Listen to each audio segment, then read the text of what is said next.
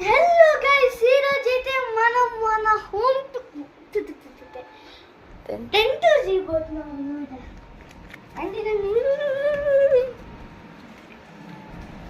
ఇదిగోండి, ఇది బయట నుంచి అయితే చాలా దరిద్రంగా ఉంటుంది చూడడానికి.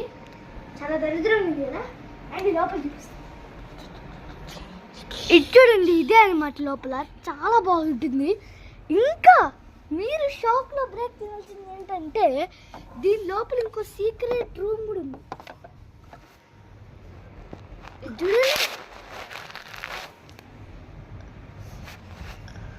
ఇలా వెళ్తే అక్కడ పైన దిండు బ్లాక్ అయింది కదా.